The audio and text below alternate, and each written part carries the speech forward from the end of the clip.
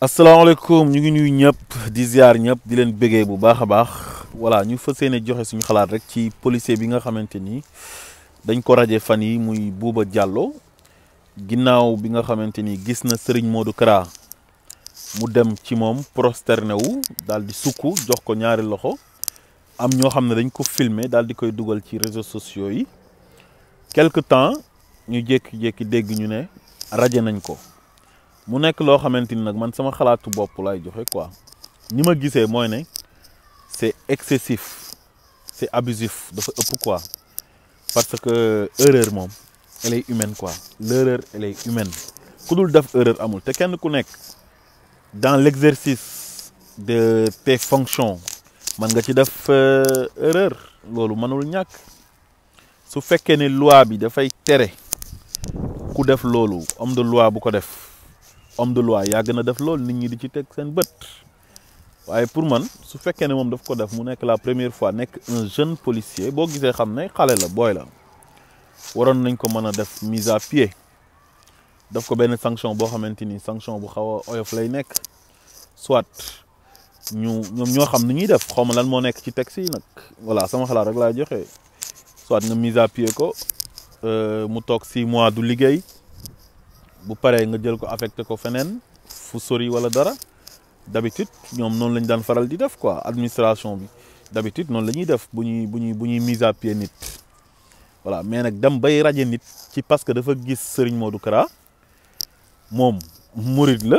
soit sëñ Modou Kara dafa nekk sëriñam direct wala mu gis na sëñ Modou Kara kilifa la surtout sëñ Touba la ci famille bi la bokk mu dem jox ko cër di ko nuyu parce que c'est un murid loolu moo tax mu def lool te pourtant moom nekkul moo ko fi njëkkee te xam naa ne du ko fi mujjee yàgg nañ gis président de la république dem ci benn kër xalifa toog ci suuf Abdoulaye Wade da ko daan def au début mujj gi lañ ko doon wax muy toog ci kaw parce que kilifa la président la Macky Sall avant qu'il soit élu président dem na Touba ay yooni yoon ñu gis ko mu toog ci suuf mooy temps yi sëñ Baara nekkee xalifa gis nañ ko ci ay ministres gis ko ci ay directeurs généraux gis ko ci ay autorités yu nekk ñu dem seeti ay kilifa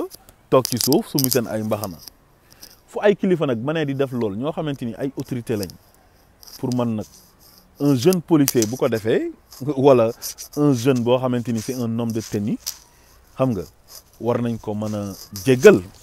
voilà même su fekkee loi bi da koy bañ sanction bi warutoon a sévère nii parce que Sénégal dafa métti. jeunesse bi ñu ngi wër liggéey mënuñoo am liggéey pour man bu ñu gisee un jeune boo xamante ni il est ambitieux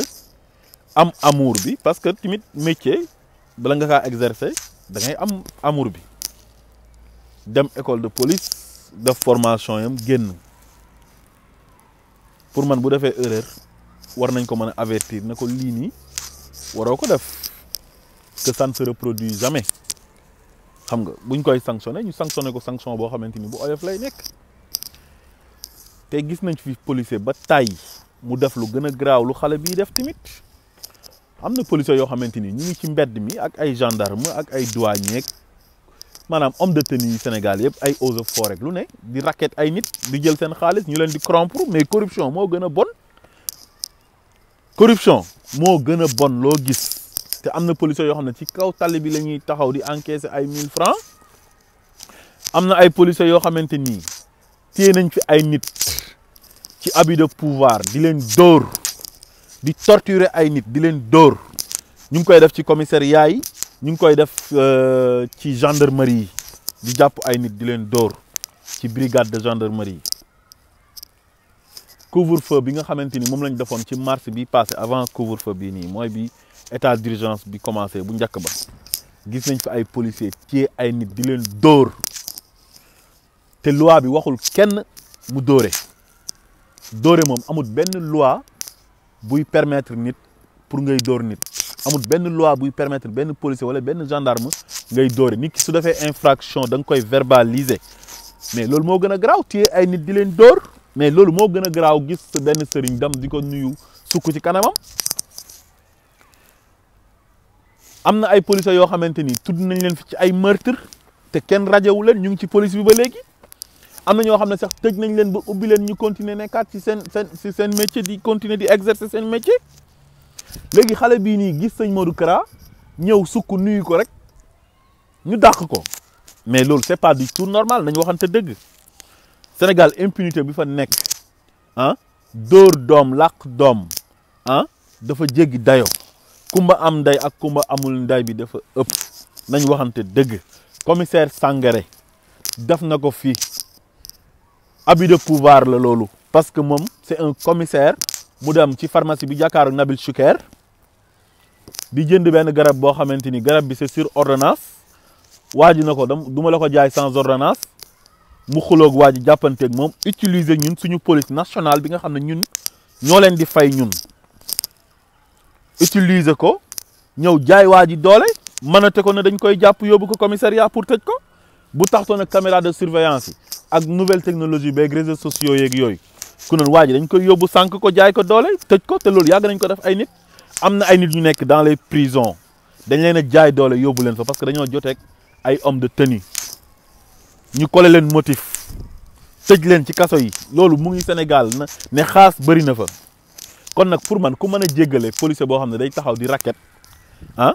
am na benn policier boo xam ne génne nañ fi mook ay génne nañ ko fi xaw ma place de l'Indépendance la xaw ma fan la woon mu ngi taxaw ak ay xale jigéen di ko filmer mu leen di laaj xaalis policier boobu fan la mujjee est-ce que dégg ngeen ñu ne dàq nañ ko rajo nañ ko kenn rajowu ko mu ngi continuer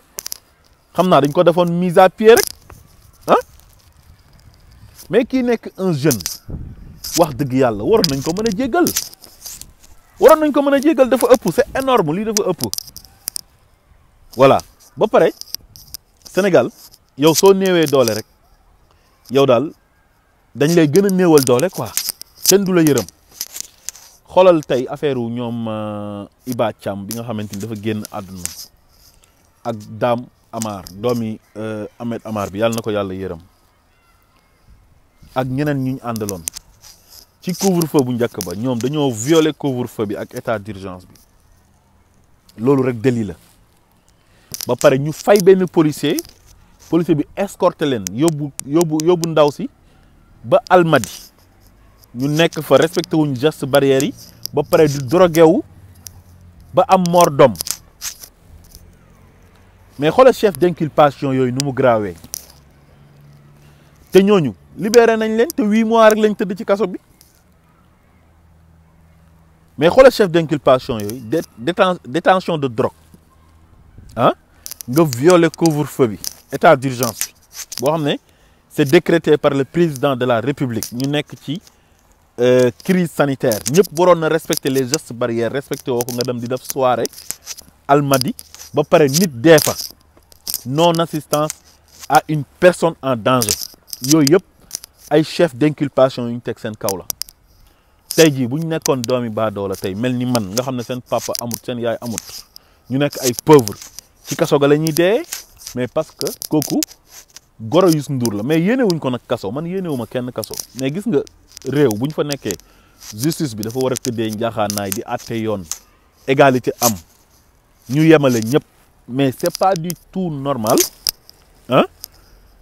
ñu jël chef d'inculpation yooyu yëpp teg ko ci seen kaw ba pare ñu def fa 8 mois ñu génnee leen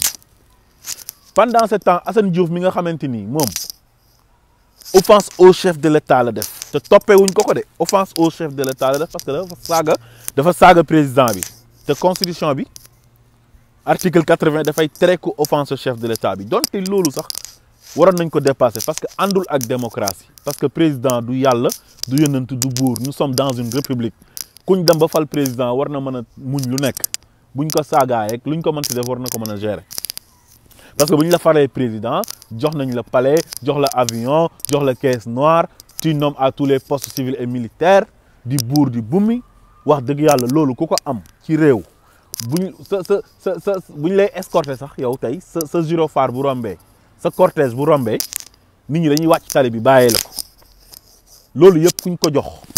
ah war nga mën a muñ saaga donc Assane Diouf dafa toog ñu ne dafa saaga président donte ànduñoo ak moom ci saaga yi parce que saaga baaxul rawatina ak ngay saaga nag kilifa gu mel ni Macky Sall parce que tamit ak nu man demee président de la République la nañu waxante dëgg waru ko saaga mais kooku dañ ko jël si mel ni koo xamante nii raykatu nit la wala jaaykatu dorog la ñu jàpp ko dajji buntu këram yóbbu ko te flagrant délit lañ ko waroon a atte flagrant délit bu ñu la jàppee dañ la war a yóbbu ci lendemain ba wala ci surlendemain bi ñu juger la te foog naa ne offense au chef de l'État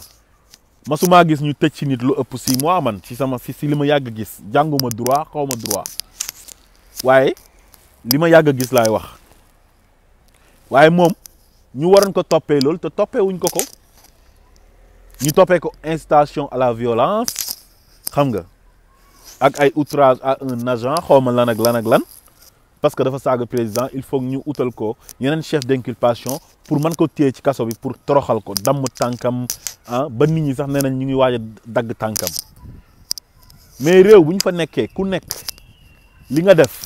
dañ laa war a atte ci loolu su fekkee da ngaa rey nit ñu atte la atte ku rey nit su fekkee offense au chef de l'État nga def ñu atte la ci offense au chef de l'État yemale ñëpp ku nekk ñu atte la ci yoon teg la ci yoon waaye 2 poids 2 mesures bi dafa jaadu wut loolu baaxul ci réew Assane Diouf ñu ngi ko téye ci kaso bi depuis longtemps atte wuñ ko ñi nga xamante ni seen chef d'inculpation yu graaw la benn bu ci nekk rek mënoon nañ ci tëdd ay at ci lu ma foog ñu libéré leen 8 mois mais loolu jaaduwul c'est pas du tout normal nañ waxante dëgg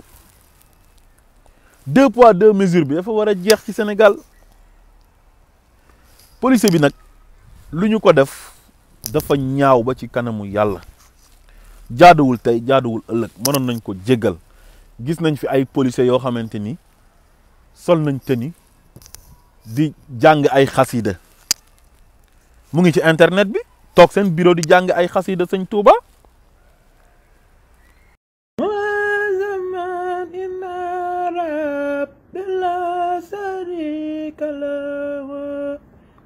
وعند آل تقى والعلم والرشاد موازما عند رب لا شريك له وعند آل تقى والعلم gis nañ fi benn policier boo xamante ni toog na ci benn basang la xaw ma motard la nii mu ngi ci internet bi di waaraate di wax ci sëñ Touba rasulullah mais leer gi lañu jox fonction wu rasulullah xam nga sëñ Touba leer gi mu jël fonction wu rasulullah la jël mais du ko wax ndax kenn jox ko grade bi dañ ko jox Muhammad muy téere bi ñu jox fonction bi Ahmadou te fonction bay daw fi les 400 ans fonction bay daw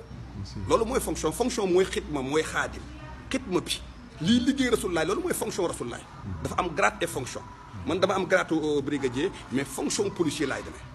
bien sûr oui kon policier la kon Sëñ Tuubaa kenn nangul gars yi di wax rasulaay pourtant fonction rasulaay lay dawee ndax ñoo ak rasulaay ñoo ànd si waaw moo tax grade beeg ba kee takkee grade bi kii bu ñëw mënul ñëw di wax ni ñu ne yonent bi mu wàcc si moom rasulaay kii di ñëw di ko waxaat ndax kii mooy porteur de grade kii mooy porteur de fonction ñoom ñaar ànd si xat jaakum minallahi nuurun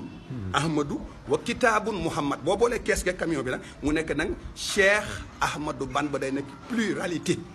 téere bi ak leer gi Cheikh day loolu mooy secret Cheikh mais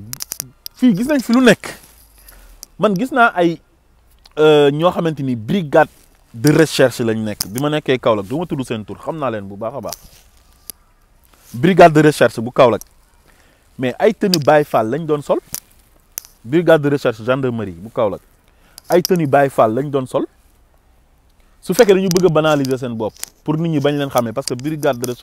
de recherche lañ nekk lan moo tax ñuy habillé wu en Baye Fall pourtant mënoon nañoo sol jean ak t-shirt nii rek comme ñëpp comme civil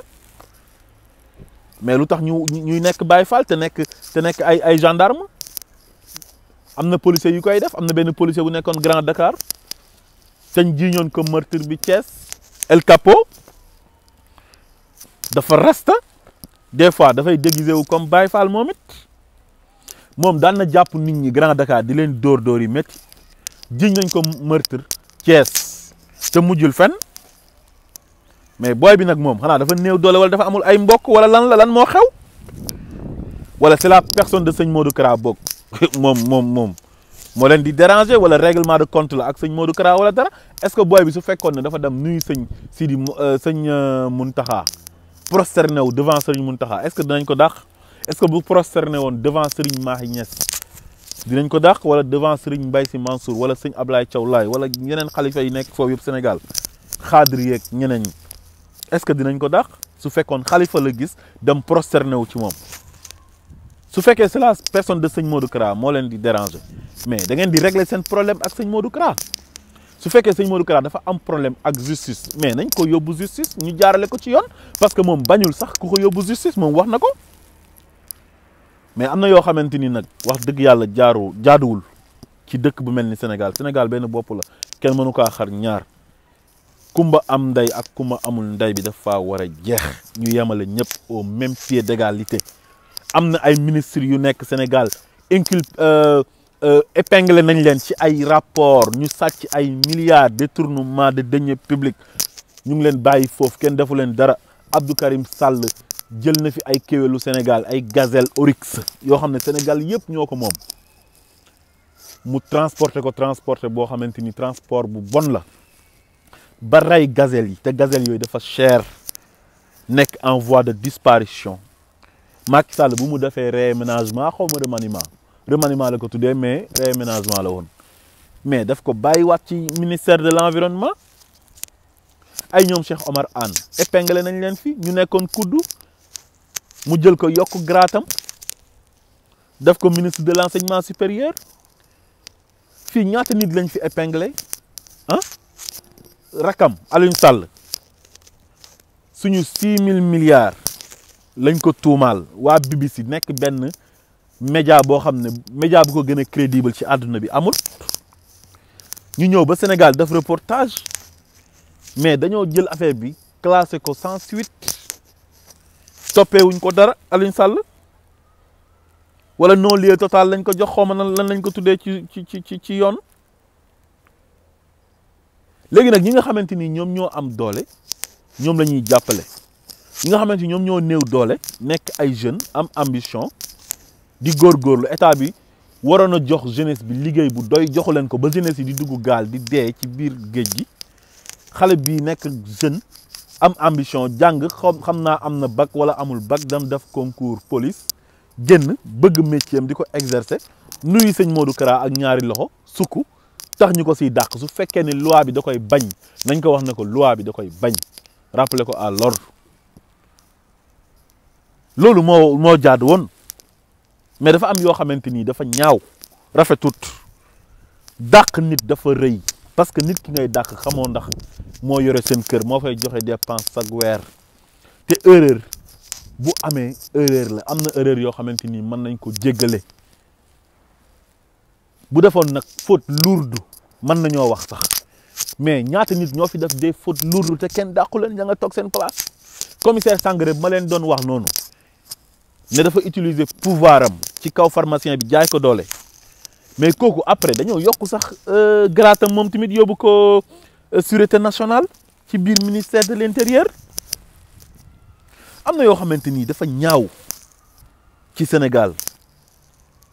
rafetut nañ yemale Sénégalais yi égalité dafa war a am Sénégal ñëpp a war a tolloo au même pied d'égalité ñu bàyyi impunité bi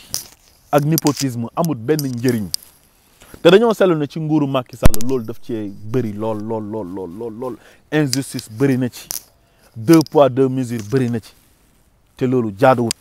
chaque jour nga gis Sénégal ku fa def loo xamante ni waroon na tax ñu dàq la